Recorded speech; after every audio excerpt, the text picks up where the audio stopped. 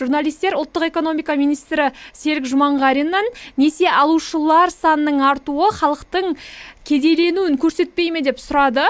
Министр болса, бұл пікірмен келіспейді екен. Қазақстандықтар несиені көп алса, табысы да жоғары екенін білдіреді деп айдаспаннан бірақ шығарған еді.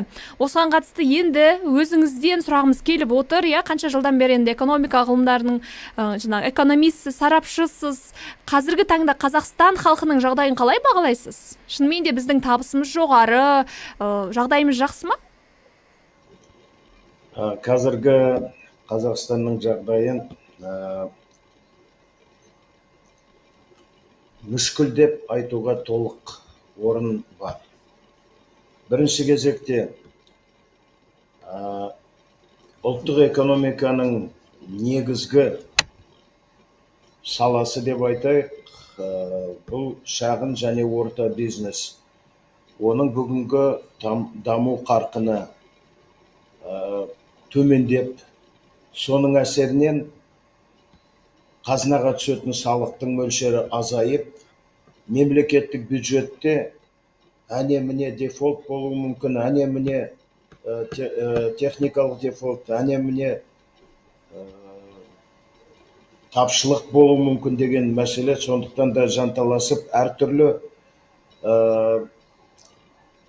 салық көздерін, табыс көздерін іздестіріп, айыппұлды ұлғайтып, мынау салық кодексін қайтадан қарап, оған тағы да қосымша салықтар енгізу, осының барлығы әп-әдемі керемет жаңағы дамып келе жатқан экономиканың көрсеткіші емес екені бесенеден белгілі.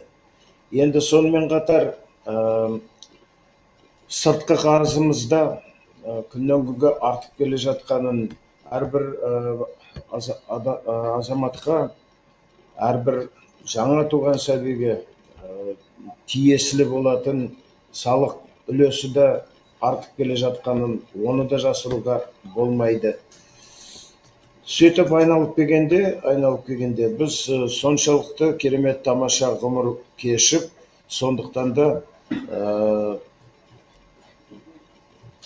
мынау кредит алып, тамаша бір өмір сүріп жатқан сияқты көріністі бұл жалған деп есептеймін. Бірінші кезекте әрбір адамның тапқан таянған табысы екіге бөлінеді. Бірінші бұл тұтынуға жұмсалатын, екіншісі жинақтау. Жинақтау бұл депозитке салып, ақшаның банктегі әр адамға шаққандағы депозитінің ұлғаюы ол әл-ауқаттың жоғарылағанын көрсетеді. Ал енді, егерде Серік Жұманғарин министрдің сөзіне сенетін болса, онда қарыз неғұрлым көбірек алатын болса, кредитті халық солғұрлым жағдайы жақсы деген бұл мүлдем кереғар пікір. Оны тіпті қарапайым журналист сізді айтып отырсыз, өте орынды айтып отырсыз. Өйткені неғұрлым жаңағы кредиттік салмақ халыққа ұлғайған сайын, соғұрлым халықтың әл-ауқаты да төмендейді. Ол экономикалық көрсеткіш емес. Өйткені біздегі тіпті кредиттің өзі екіге бөлінеді ғой. Біреу тұтыну кредиті, екіншісі өндірістік кредит, немесе коммерциялық экономикалық жағдайды жақсартуға, немесе инвестицияға жұмсалатын кредит. Ендеше, егерде сол кредиттің бөлшектесек, оны қанша бөлігі тұтынуға кетіп отыр, қанша бөлігі соңғы кезде кредиттің тұтыну қорына жұмсалатын бөлігі ұлғайып бара жатыр. Бұл тіпті әрдесін қауіпті көрсеткіш. Бұл халықтың соншалықты жаңағы жағдайының қиындағанын, сондықтан да тұтыну мәселелерін шешуге кредит алуға мәжбүр. Сондықтан да кредиттің өсіп келе жатқаны. Сонымен қатар, сол кредиттердің қауіпті кредиттер дегені болады. Ол жаңағы 90 күн өтелмеген. Ал оның мөлшері де күннен күнге артып келе жатыр. Ендеше бұл ертең банкі жүйесінде үлкен қиындық тудыруы мүмкін. Осыдан бұрын да осындай жағдайлар орын алған. Содан қиындық, бұл өзі банк қаржы жүйесі деген ол қан айналымы сияқты адамның. Сондықтан да тромб болса адам қайтыс болып кетеді ғой. Сол сияқты осындай банк жүйесінде қиындықтар туындағанда мемлекет, үкімет, мемлекеттік бюджеттің есебінен осындай жаңағы қауіпті кредиттерді есептен шығарып, көмекке келіп, бюджеттің ақшасымен толықтырып отырғаны белгілі.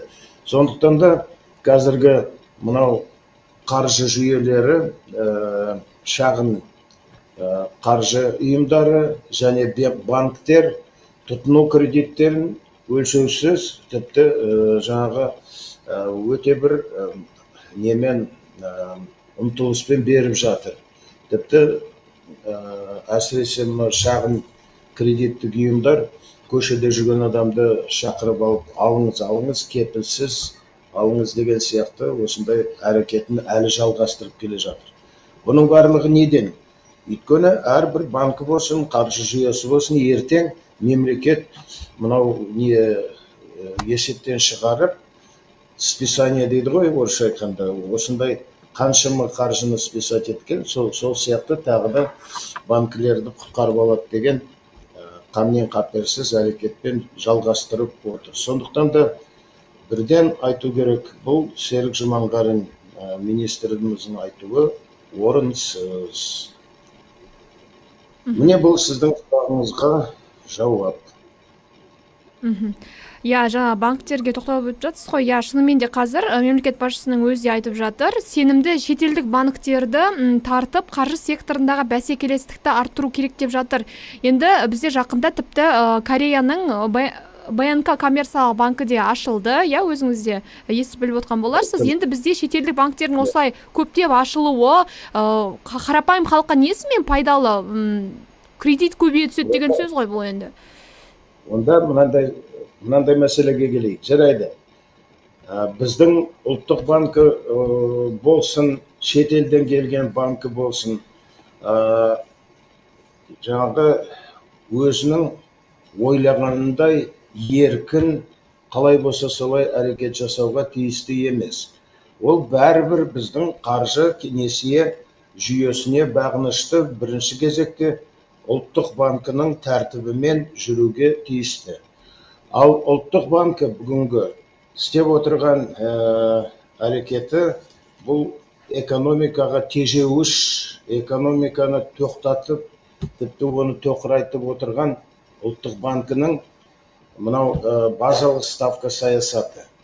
Оны білесіз, ол жөнінде қаншама біз айғай-шу көтеріп жатырмыз, бірақ сонда да мына инфляциялық таргеттеу дегенді айла тәсілді өзінше бір керемет құрал ретінде ұлттық банкі ұстанып отырып 16,75%-ға базалық ставканы көтерді. Бұл деген не деген сөз? Қарапайым халық түсінсін.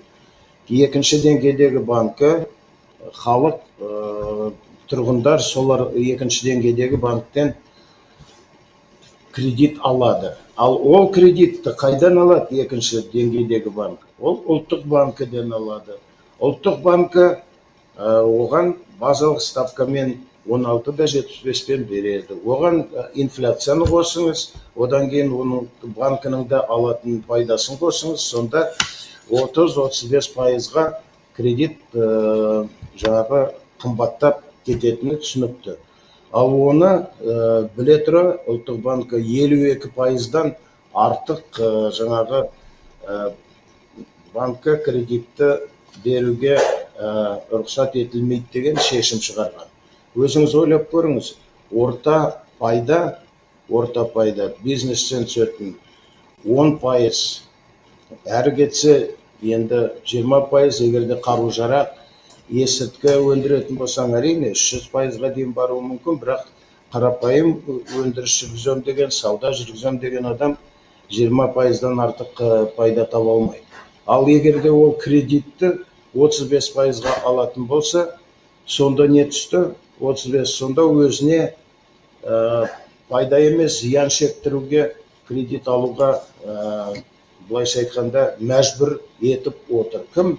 Ұлттық банкі. Жарайды, шетелдің банкісі келсін дейік.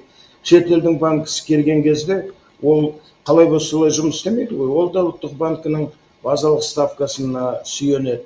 Ал базалық ставкасына сүйенетін болса, ол халықтан жинайтын депозитке әрине 17-18% не беруге тиісті болады, мадақтау табыс көзін беруге. Ал өзі тағы да айналып келгенде бәрібір 35-40%-ға кредит беруге мәжбүр. Ендеше айналып келгенде ештеңе өзгермейді. Егерде олар өз заңдылықтарымен, өз елінің ақшасымен, қаржысымен келетін болса, онда нұр үстіне нұр, онда шынында да 2-3% болады. Олар бәсекеде бүкіл біздің банктерді жығып, жаңағы Әзербайжанда болған уақиғаны қайталаймыз. Барлық жұрттың бәрі тек сол оңтүстік Корея банкіне ұмтылыс жасайды. Бірақ ондай болуы мүмкін емес. Онда бір жолы біздің кредит жүйесін жауып қоямыз деген сөз. Сондықтан да үміт артқанымыз дұрыс, бәсекелестік болғаны дұрыс, бірақ егерде барлығы біздің ұлттық банкінің осы саясатымен жүретін болса, ал біздің ұлттық банкі Ресейдің жаңағы орталық банкінің саясатын жалғастырып отыр. Енді олар бәріне соғыс жүріп отыр, 21%-ға дейін базалық ставканы көтерген, және олардың негізгі сүйенері әскери өнеркәсіптік кешен. Ал онда соғыс жүріп отқаннан кейін онда тоқтау жоқ. Экономикалық өсім бәрібір жылда бар. Міне сөйтіп біз әлгі саулы дейді ғой, немесе бір неге жеккен өгізбен нені елікті бір арбаға жеккеннен кейін осындай жағдай біздің қаржы кредит жүйесінде орын алып отыр.